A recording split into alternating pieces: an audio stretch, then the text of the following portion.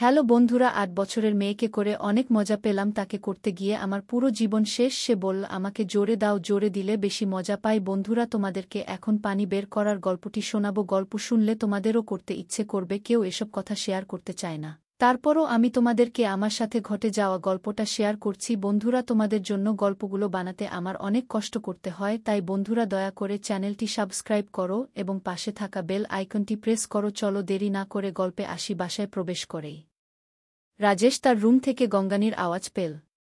অদ্ভুত একটা শব্দ পেয়ে রাজেশ দৌড়ে রুমের কাছে গিয়ে দরজা ধাক্কাতে লাগল। রুমে তার স্ত্রী নিপা ছিল। রাজেশ ভাবল হয়তো তার কিছু হয়েছে। নিপা নিপা বলছে আর দরজায় ধাক্কা দিচ্ছে। প্রায় ৫ মিনিট পরে নিপা দরজা খুল। নিপা রাজেশকে দেখে চমকে গেল। মনে হলো নিপা আকাশ থেকে পড়ল। নিপার এলোমেলো অবস্থা দেখে রাজেশ সরল মনে জিজ্ঞেস করল, তোমার কিছু হয়েছিল? নিপা নিপা হাই তুলে বলল, না তো কি হবে, ঘুমিয়েছিলাম, হয়তো তখন স্বপ্ন দেখে ওরকম করেছি। রাজেশ নিপার কথা খুব সহজেই বিশ্বাস করে রুমে ঢুকল। নিপা আজ খুব তাট আহ করতেছে রাজেশকে।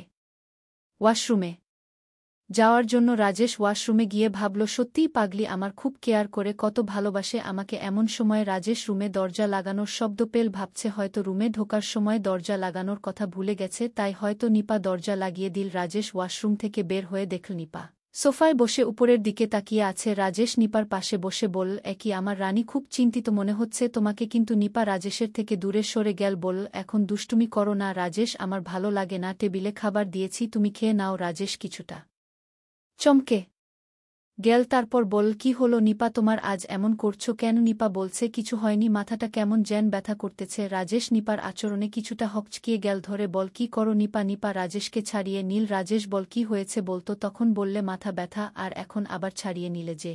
নিপা বলল, আসলে আমি ব্রত রেখেছিলাম, যার জন্য আমি ৭ দিন তোমার কাছে আসতে পারবো না। রাজেশ বলল, ঠিক আছে, কাছে যখন আসতে পারবো না তখন পাশে তো থাকতে পারবো। নিপা কিছু বলল না। এমন সময় নিপার মোবাইলটা বেজে উঠল। কি জেন ভেবে নিপা কলটা কেটে দিল। রাজেশ বলে, রিসিভ না করে কাটলে যে? নিপা বলল, জানি না কে ছিল ওটা, তাই রিসিভ করলাম না। দুজনে ঘুমিয়ে পড়ল। সকাল হলো, নাস্তা করে রাজেশ অফিসের উদ্দেশ্য বেরিয়ে পড়ল। সিডি থেকে নামতেই দারোদান বলল, স্যার আপনাকে একটা কথা বলতে চাই। রাজেশ বলল, কি বলতে চাও? অনেকে বলেছিল বাচ্চাকে মা চাচিদের দিয়ে দিতে বাসর রাত বলে কথা, কিন্তু রাজি হয়নি। বাচ্চা একটু থেকে একটু হলেই কান্না করে দেয়, যে শান্ত করতে পারত সে এখন আমার উপর সব দায়িত্ব দিয়ে কবরে আরাম করে ঘুমিয়ে আছে। হ্যাঁ, ঠিকই ধরেছেন, এটা আমার দ্বিতীয় বিয়ে। আমার এখন স্বামীর নাম ফারাবি। ঘরোয়া ভাবেই বিয়েটা হয়েছে। আজ আমাদের আত্মীয় স্বজন বেশি নেই, গোটা ২০ লোক হবে এসেছে মাত্র। আমার মেয়েটা ঘুমালো। একটু পরেই ফারাবি এসে ঢুকলেন রুমে, দরজা মারলেন। নিঃশব্দে তিনি এসে বসলেন আমার কাছে। আমি মাথা নিচু করে মেয়ের দিকে তাকিয়ে আছি। কতক্ষণ নীরব থাকার পর তিনি বললেন, জানেন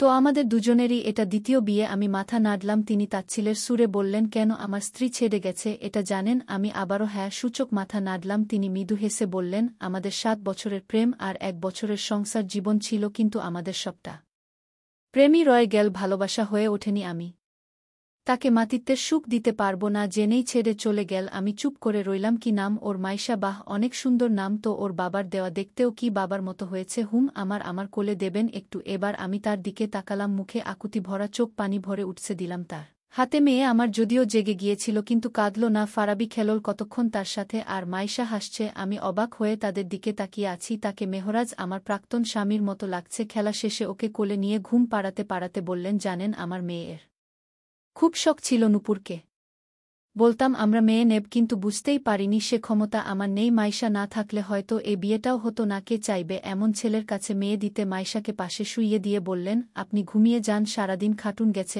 অনেক বলে মাইশার পাশে শুয়ে পড়লেন। আমি তখনও তাকিয়ে আছি। তারপর ফ্রেশ হয়ে এসে শুয়ে পড়লাম। গভীর রাতে হঠাৎ অজানা অনিশ্চিত ভয়ে জেগে উঠলাম। পাশে ফিরে দেখলাম মাইশা ঠিক আছে কিনা। ফারাবি এক হাত দিয়ে রেখেছেন মাইশার উপর। জেন ঘুম পাড়াতে পাড়াতে নিজেও ঘুমিয়ে গেছে। কি করে পরের মেয়েকে এত আপন করতে পারলেন?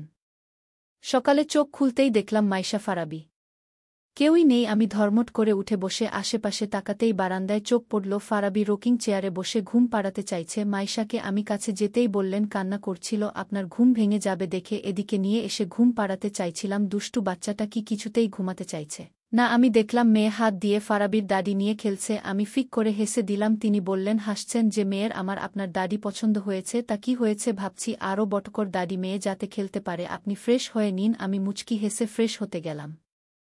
নাস্তা খেতে বসেছি। ফারাবি বললেন, আপনি বেলের আচার বানাতে পারেন? আমি বললাম দেখেছিলাম আমার প্রাক্তন শাশুড়ি বানাতেন, খুব ভালো, তার আচারের স্বাদই আলাদা ছিল। তিনি রুটিটা ছিঁকতে ছিঁকতে বললেন, আমার বেশ প্রিয় বেলের আচার, ঝোলটা আরেকটু দেব দিন, আপনার রান্নার হাতও বেশ ভালো। আমি হেসে বললাম রুটিটা একটু পুড়ে গেছে, তাও বলছেন ফারাবি শেষটুকু খেয়ে ভালো, হাতের পোড়া রুটিও অমিত হয় জানেন তো, বলে উঠে চলে গেলেন মাইশার কাছে। মেয়েটা ঘুমাচ্ছে দোলনায়, মাথায় হাত বুলিয়ে জাব খুলে পাশে বসলেন। পরদিন থেকে অফিস, মাত্র 3 দিনের ছুটি নিয়েছিলেন, বলতে গেলে 3 দিনেরই ছুটি পেয়ে এছেন আর কি।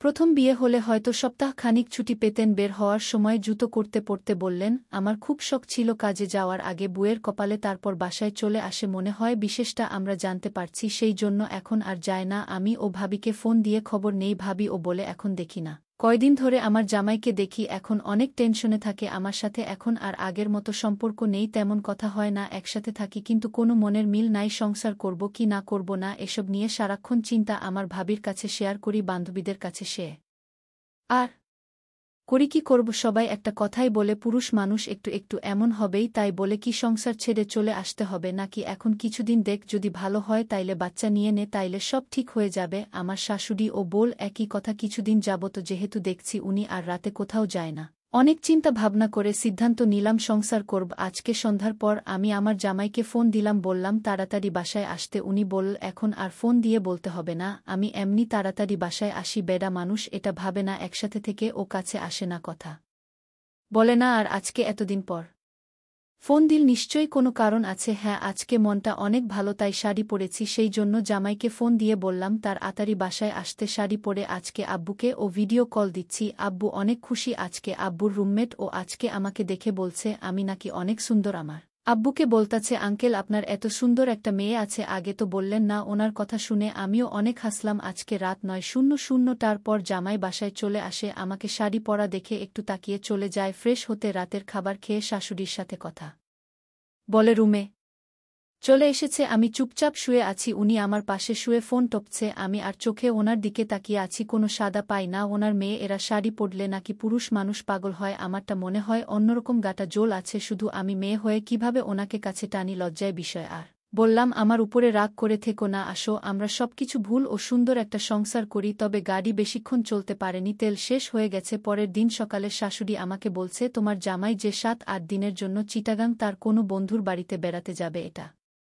কি তুমি জানো? আমি বললাম না তো, আমি তো কিছুই জানি না। চিটাগাং আবার কিসের বন্ধু? ওর শাশুড়ি বলে জানি না, আমি কাল রাতে বল বেড়াতে যাবে। আমি আমার জামাইকে জিজ্ঞেস করলাম তুমি নাকি চিটাগাং বেড়াতে যাবা? উনি বল হ্যাঁ যাব। আমি জিজ্ঞেস করলাম ওইখানে তোমার কেমন বন্ধু? আমি তো জানলাম না, কোনোদিন শুনিও নাই। উনি বলল তোমাকে বিয়ে করার আগেও বেড়াতে গেছি। আমি বললাম তাইলে আমাকে নিয়ে যাও। উনি রাজি না, রাগ দেখায়, তাই আর কিছু বলি নাই। 2 দিন পর উনি দুপুরের পর বাসা থেকে বের হয়েছে, যাবার সময় আমাকে একবার ও বলল না আমি চলে আসব, সাবধান থেকে। স্বামী স্ত্রীর মধ্যে যা কথা হয় তেমন কোনো কথাই হলো না, উনি চলে গেল। মনটা খারাপ হলে ও কিছু করার নাই, 7-8 দিনই তো কোনো ব্যাপার না। দেখতে দেখতে 2 দিন চলে গেল। বাড়ির খবর নিবার জন্য ভাবিকে ফোন দিলাম, ভাবি বল তোর বাবার বউ বাসায় নাই, বাবার বাড়ি গেছে, এসব নিয়ে কথা হচ্ছে, অনেক হাসি ঠাট্টা হচ্ছে। আমার ভাই নাকি বেবি নিবে, কিন্তু নিবার সময় যখন হয় তখন নাকি ছুটি পায় না। কথায় কথায় ভাবি আমার জামাই কথা জিজ্ঞেস করল। আমি বললাম চিটাগাং নাকি কোনো বন্ধু আছে, ওইখানে বেড়াতে গেছে। এটা শুনে ভাবি